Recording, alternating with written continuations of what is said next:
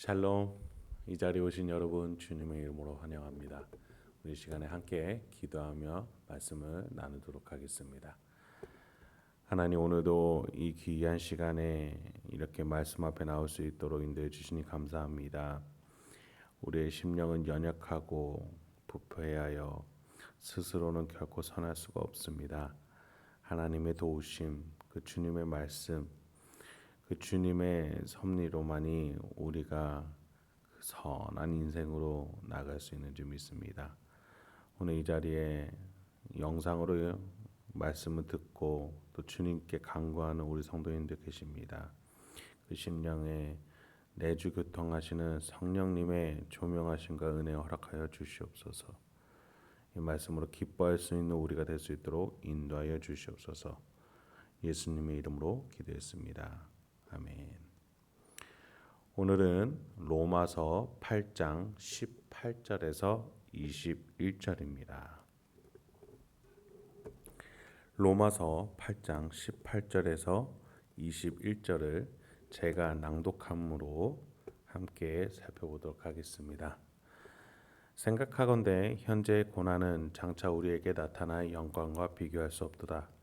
피조물이 고대하는 바는 하나님의 아들들이 나타나는 것이니 피조물이 허무한데 굴복하는 것은 자기 뜻이 아니요 오직 굴복하게 하시는 이로 말미암음이라. 그 바라는 것은 피조물도 썩어짐의 종노릇한 데서 해방되어 하나님의 자녀들의 영광의 자유에 이르는 것이니라. 바울은 18절에 와서 분위기를 전환시키면서 현재라는 단어를 등장시킵니다. 그리고 또 장차라는 미래의 시제도 함께 말합니다. 현재와 미래 사이에서 우리의 삶에 대해서 이야기해 보자는 것이죠. 미래는 분명 생명의 성령의 법으로 영광스러운 시간이 신자들에게 준비되어 있습니다. 하지만 현재 우리가 살아내야 될 시간은 그 영광스러운 시간이 아직 아니라는 것이죠. 고난의 순간입니다. 여러분, 마태복음 17장에 베드로의 변화산 사건을 기억하실 겁니다. 그는 거기에서 여기에 있는 것이 좋사오니라고 말했습니다만 그 자리에서 베드로는 내려올 수밖에 없었습니다.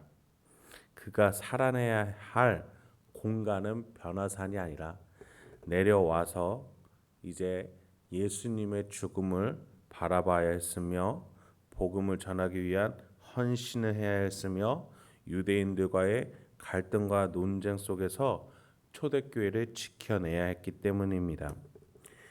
변화산에 그들이 있었으면 얼마나 좋았을까요? 그러나 예수님께서는 베드로와 제자들을 그 변화산이 아니라 그 산에서 내려와서 현실을 살게끔 하셨습니다. 바울이 말한 이 고난의 삶을 살게 하시는 것이지요. 신학 중 구원론에 있어서 가장 유명한 문구는 이미와 아직 사이라는 표현일 겁니다. 우리는 하나님의 시간에서 이미 구원이 예정되어 있고 완료됐습니다. 우린 그걸 믿는 거죠. 왜요? 하나님은 약속을 지키시는 또 전능하신 하나님이시기 때문입니다. 그런데 문제는 뭐냐면 그건 죽음 이후라는 것이죠. 우리는 아직 죽지 않았어요.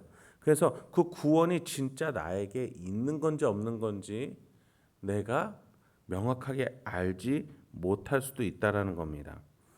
그 사이에서 우리의 존재는 고난을 겪는 거죠. 이게 맞을까?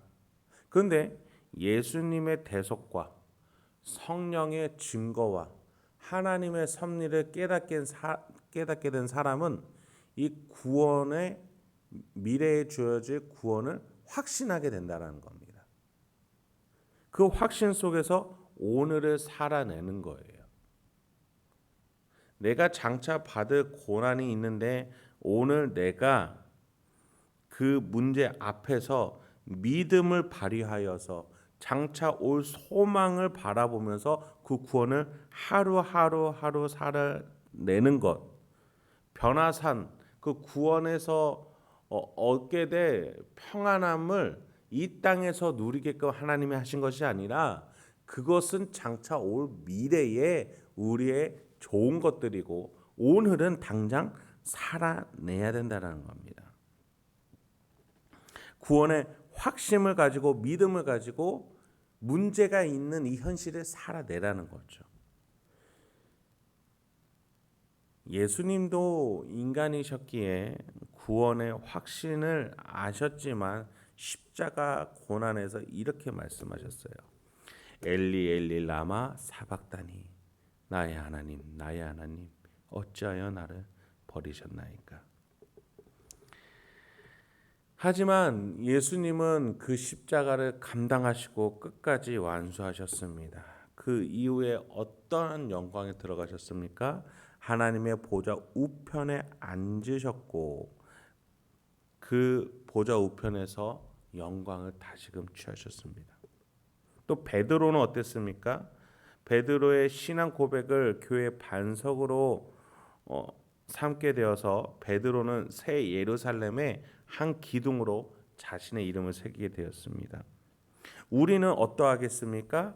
예수와 함께 하나님 보좌 우편에 서서 함께 왕노릇하게 되는 하나님의 자녀요 예수의 형제가 될 겁니다. 그렇기 때문에 지금 우리가 당하는 고난이라는 물 한 방울은 장차 우리가 겪게 될 영광이라는 바다와 같은 존재에 비할 바가 안 된다라고 바울은 말하고 있는 것이죠.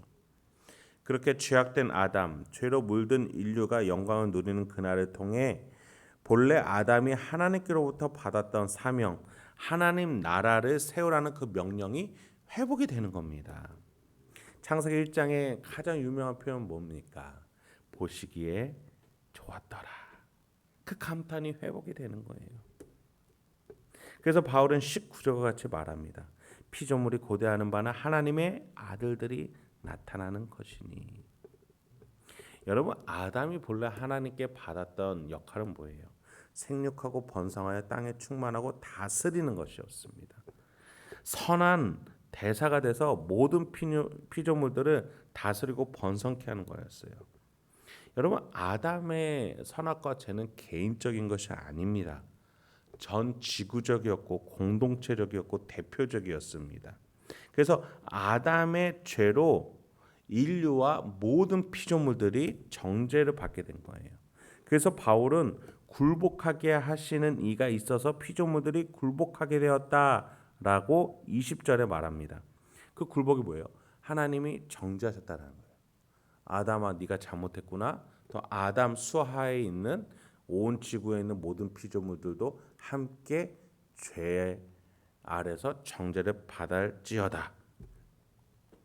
그리고 이제 예수로 인해 다시금 그 정죄가 예수께 갖고 온 피조물들이 회복을 하는 믿음을 갖게 된 것이죠. 기다리게 되는 겁니다.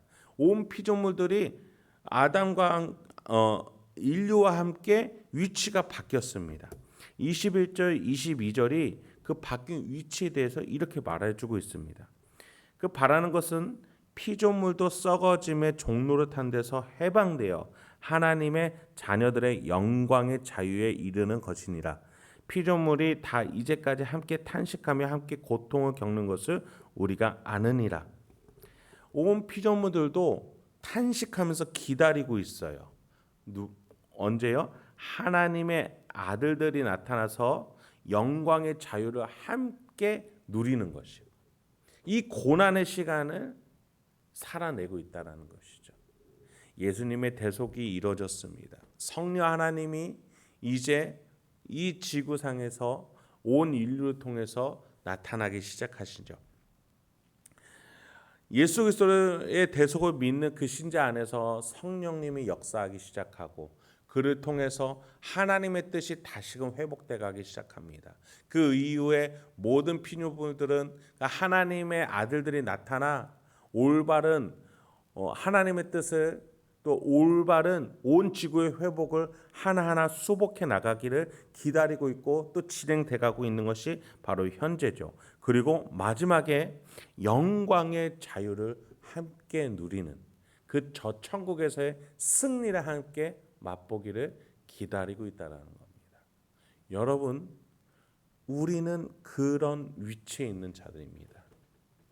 여러분이 다른 사람과 비교하여 여러분의 인생을 바라볼 것이 아니라 성경에서 하나님이 계획한 여러분의 인생에 대한 계획을 한번 바라보시기 바랍니다.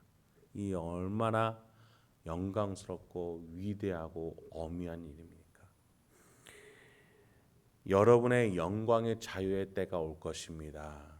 그때까지 우리는 이 고난의 이 시간을 온 피조물들과 함께 겪게 되겠죠. 그러나 우리는 믿습니다. 무엇을요? 하나님이 오늘 나와 함께 계시고 내 죄를 대속해 주셨고 성령님이 우리 안에 증거해 주시고 온 피조물들이 내가 하나님의 아들이 되어서 그 자녀가 되어서 온 지구를 하나하나 회복해 나가는 그 하루하루를 기다리고 있습니다. 여러분을 통해서 사회와 가정과 국가와 민족과 이웃들이 하나하나 조금씩 변화되어 가고 있는 것을 믿으시기 바랍니다. 그렇게 하나님은 여러분을 통해서 일하고 역사하고 계십니다. 그리고 우리는 장차 먼 훗날 주님 곁에서 하나님의 자녀들의 영광의 자유 속에서 함께 그 자유를 맛보고 누리며 승리할 줄 믿습니다. 그 믿음을 가지고 이번 한 주도 잘 정리해 보시기 바랍니다. 함께 기도하도록 하겠습니다. 하나님, 오늘도 우리 성도님들과 귀한 은혜를 나눌 수 있도록 인도해 주시니 감사합니다. 주님, 우리의 창조의 섭리가 얼마나 이렇게 위대하고 어미한지 묵상해 주시니 감사합니다. 오늘 당장 우리 앞에 있는 고난과 어려움과 장애물 속에서 무너지지 아니하고 우리 성도님들 한 분 한 분 정말 장차 올 영광의 자유 속에서 하나님의 주시는 유업 속에서 우리가 일어날 수 있도록 그것을 바라보며 오늘 고난 속에서도 믿음으로 하루하루를 살아내는 우리 성도님들이 될 수 있도록 인도하여 주시옵소서. 이 모든 말씀 예수님의 이름으로 기도했습니다. 아멘.